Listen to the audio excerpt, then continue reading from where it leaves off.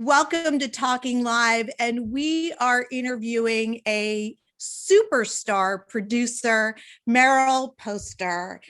Meryl is the president and founder of Superb Entertainment. She is also the Academy Award-winning producer, as well as the executive producer of the Bravo drama, The Girlfriend's Guide to Divorce. I love that, inspired by her own life.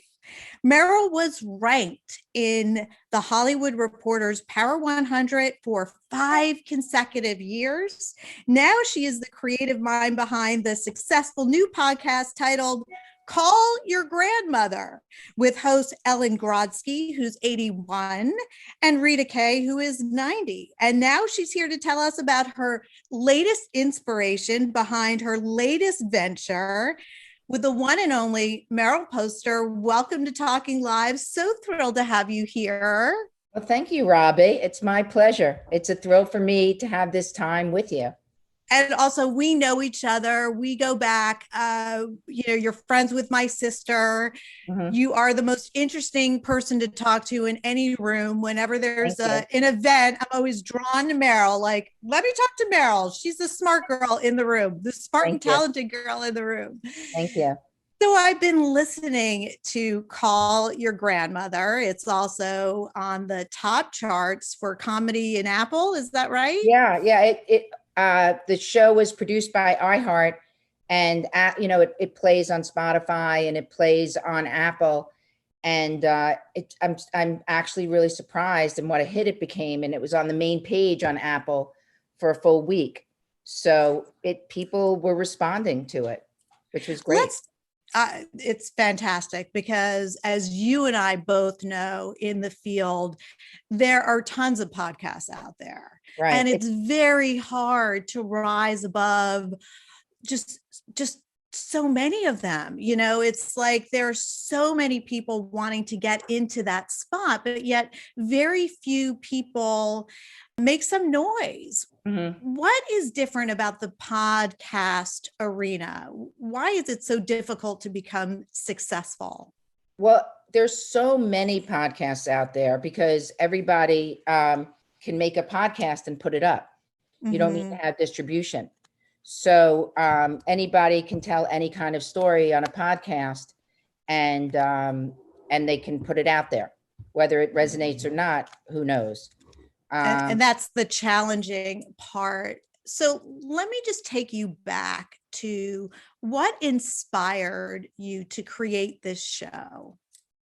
Well, a lot of what I've done has been inspired by my own personal life. I've drawn from my own personal life. And even when I made films, there were parts to it that I added a personal touch, that I saw it personally. And that's how I've always looked at the stories that I tell.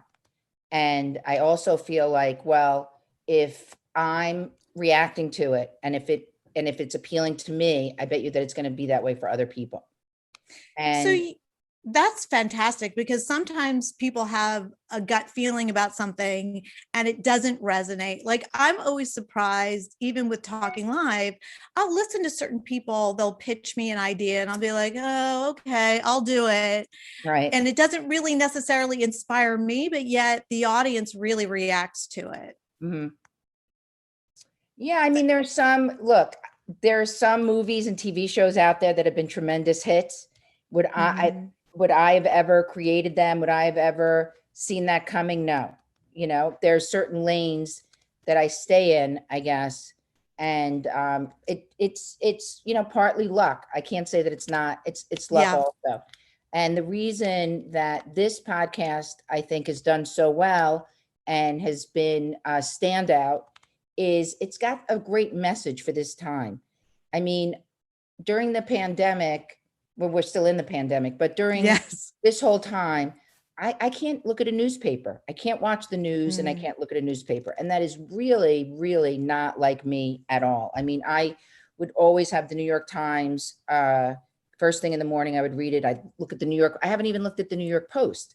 So I just don't want any of that in my life right now because it's so in our faces anyway. Yeah. So we're all getting alerts Mhm. about the most negative news. Yeah. And it's fine occasionally. And certainly we want to be updated about what's going on around us.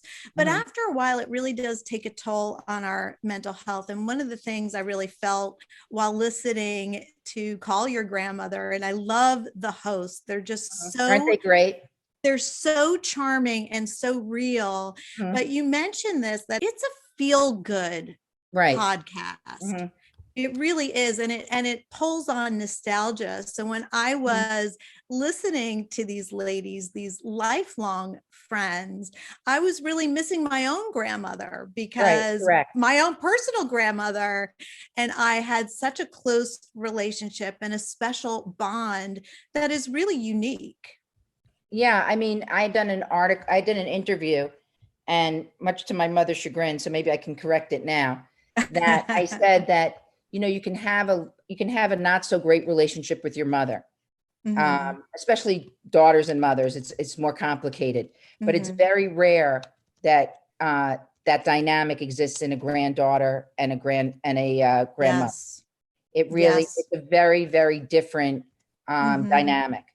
And so for a lot of people, the grandmother was a safe haven Hmm. uh, for much needed presence in their life.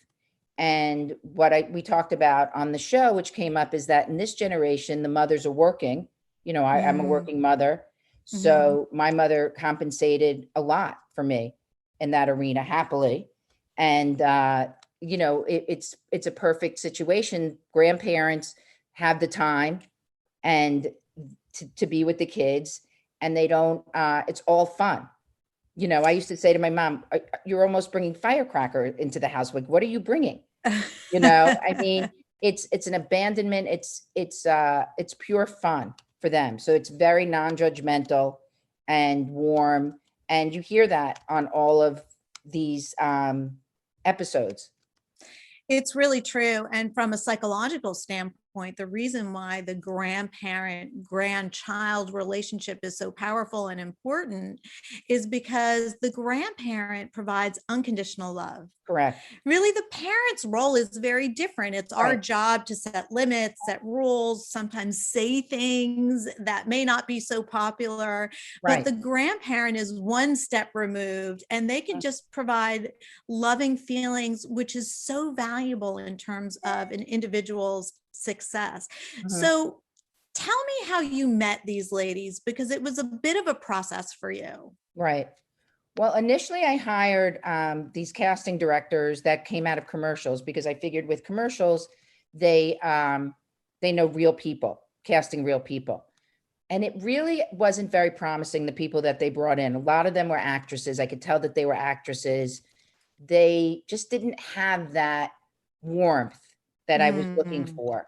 And I mean, casting for movies or casting for TV series is no different in many ways than casting. And that is in some ways my forte, I will say. Mhm, So mhm. I put I put up in my Facebook page what I was looking for.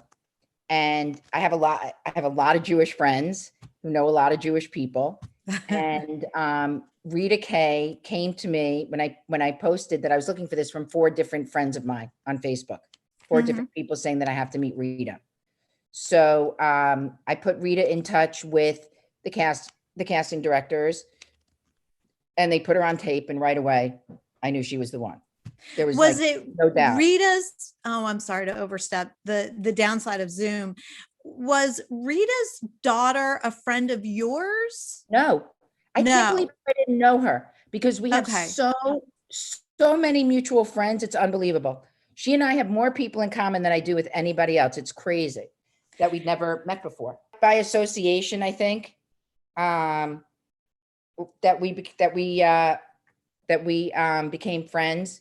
And it's funny, because having such outgoing mothers, she and I Yeah. connected in a second.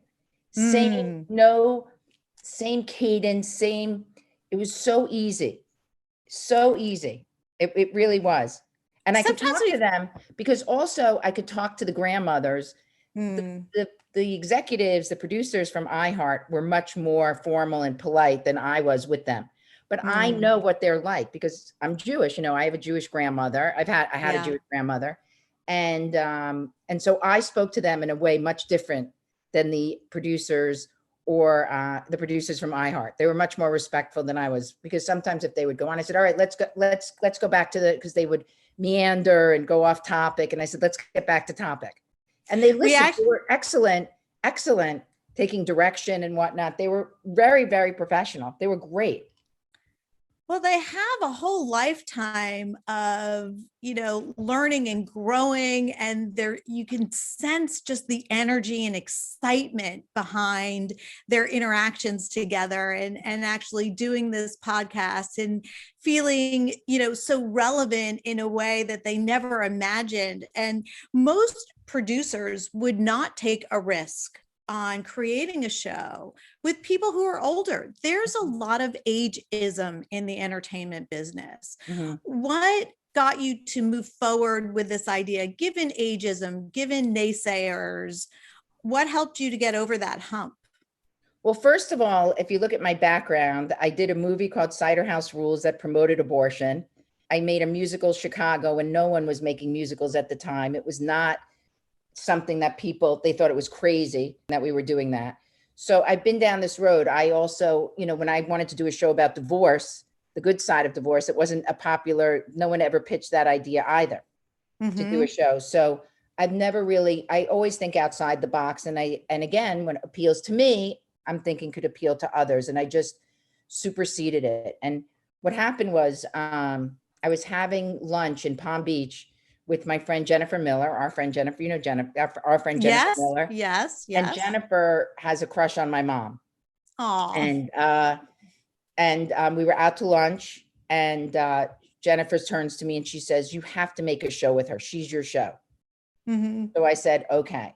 So I started thinking, I'm not doing a show starring my mother, and I'm just, it creeps into a lot of things I've done, but I started thinking about it, and there was a Instagram account called Illy Grammygram that my daughter and my niece had put together of all my mom's crazy antics. And as I've said, my mother is much more theatrical than I am. I'm not theatrical. She's really very theatrical, and it has antics and whatnot. It's been this way my whole life, so I know that. Anytime if I go to a doctor's office, and my parents go to the same doctor or something, and they say, "Oh, I love your mother." There's not a time that goes wherever I check in, I always would hear that. So I thought about it for a little bit, and I thought, well, there's such an attraction for Golden Girls. I thought about Golden Girls, and I thought about like Barbra Streisand takeoffs, and I thought, like, I think that there's something here that people want to hear and I'm always interested, this is a generation that really had a lot of fun. I think that your mother had much more fun growing up in many ways than as I said, my mom did, that it was a different time. You never heard the word stress. That word didn't exist in their time. They had a lot more fun. They went out. And so I was on my own at that point. I didn't have the infrastructure of my whole companies that I've had most of my career. And I had my niece who deferred her semester at Brown. I had her put together a deck talking to an intern that I used to have who was on the West Coast, who was very good at it. So I had this deck put together, which is basically a synopsis of what I thought a story could be. And the concept of it was grandmothers talking to a grandchild. And we didn't have it as a hosted situation. That evolved. And that is what happens in my business is creative storytelling evolves.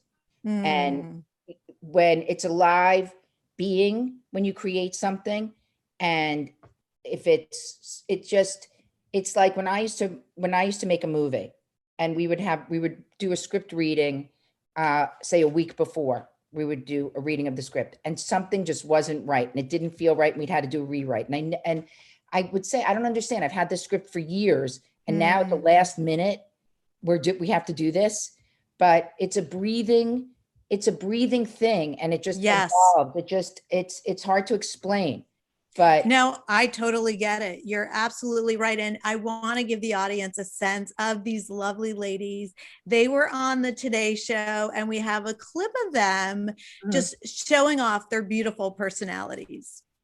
When everybody is so depressed and so unhappy, for us to be able to bring a little bit of laughter, a little bit of wisdom, I think it's the most incredible thing that we could possibly do.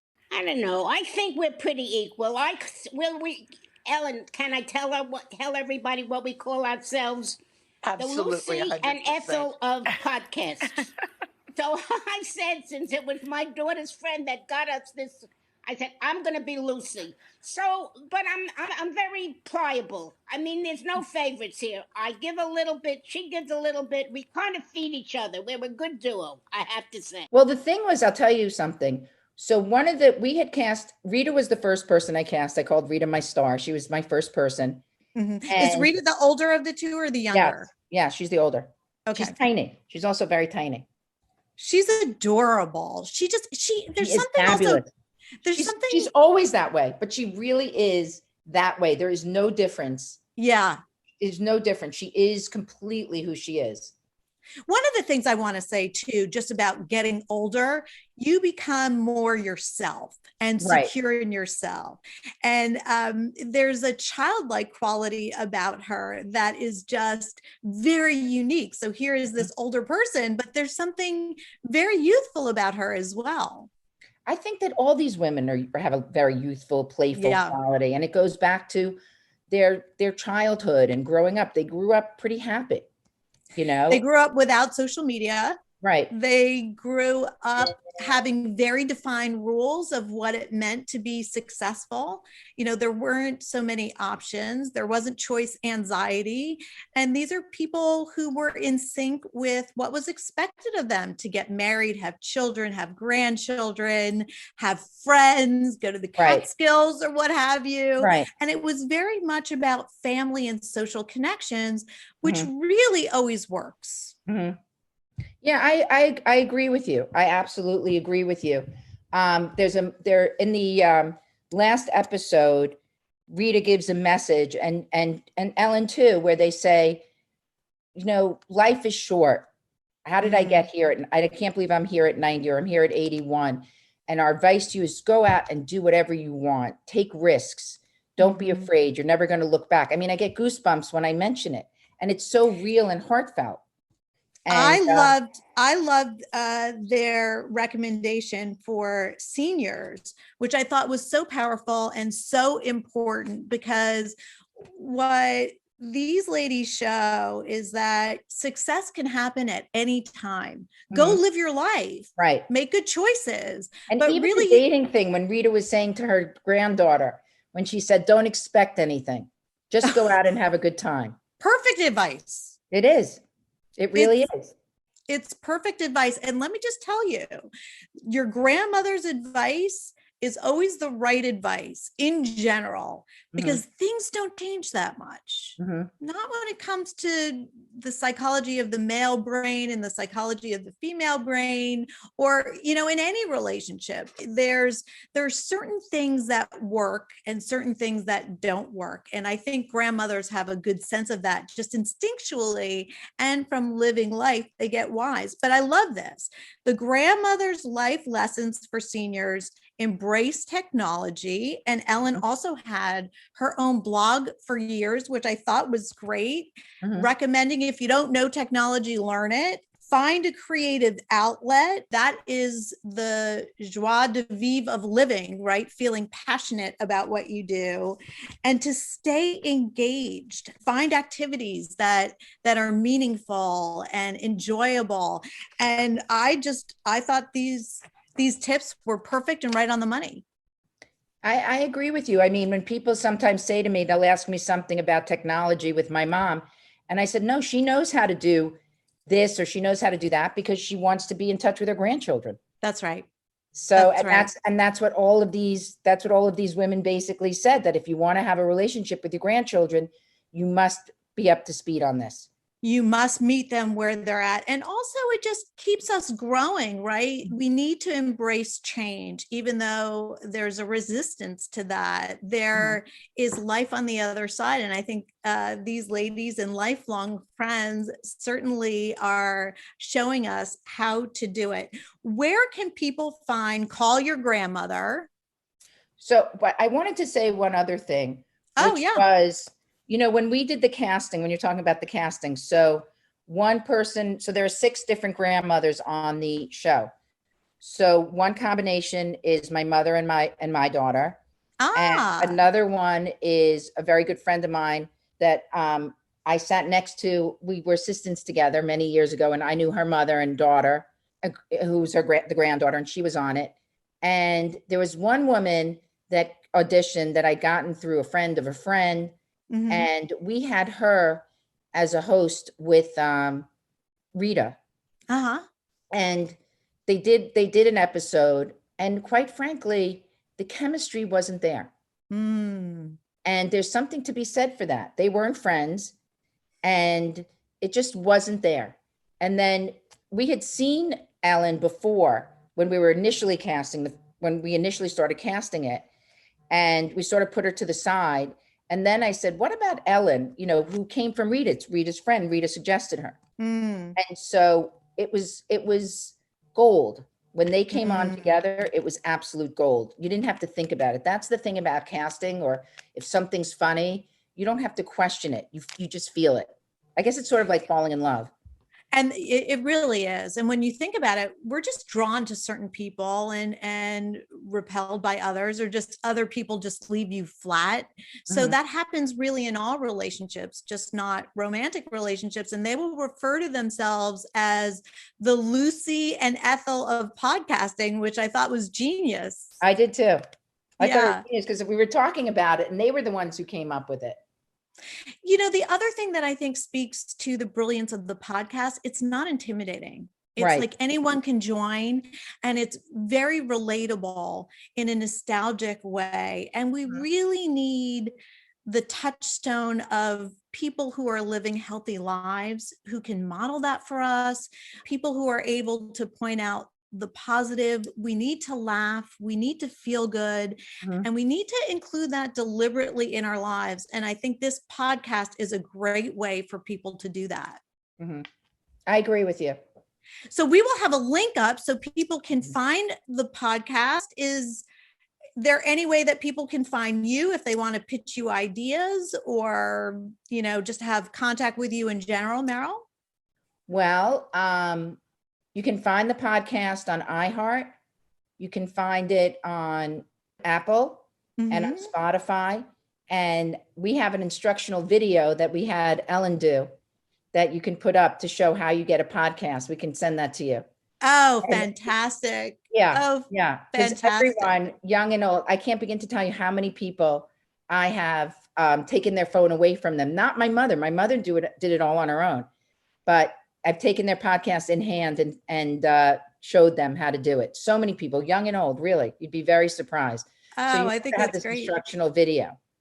Great. And maybe I can learn a thing or two from these lovely ladies, Rita and Ellen. There's a message that Joan, the last episode, I really love the last episode, the last episode, because it's so she's so funny, but then it's so heartfelt.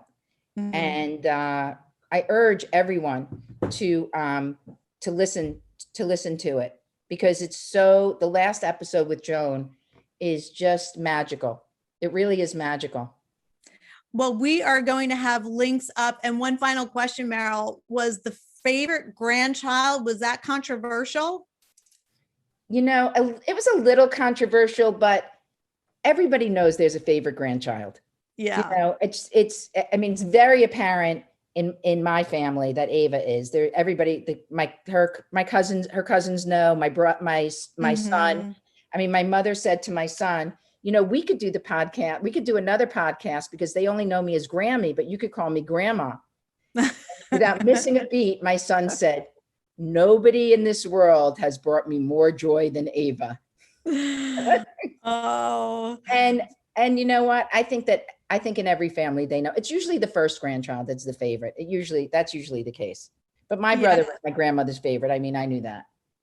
So I think my grandmother was good at keeping her preferences a little bit under the radar so we could all feel and delude ourselves that we were actually the favorite. But that's how it works in my family. Right. Meryl, your genius is really appreciated by me. And thank you for joining us. It really, the pleasure is all mine. The pleasure is mine, Robbie. I love talking to you, as you know. So yeah, I urge everyone to tune in. It's so joyful and you learn a lot too. I mean, you can learn about history. That's what I also love about this, like asking them where they were when Franklin Roosevelt died. And one answer someone had given is that she couldn't believe that he died because she only knew him as president. It's yeah, so run, don't walk. It's easy to find. We will have a link up so everybody can click and join. It's very easy to do. It is free. Easy. It's free. What's better than that? That's and leave us a comment once you listen. We look forward to hearing your thoughts. Thank you so much, Robbie. And yeah, we'll put up the video to show how you can access it. It's a great video. I love it. We'll have that up too. And thank you to our Talking Live audience for joining us again. And we look forward to seeing you next week. Okay, take care.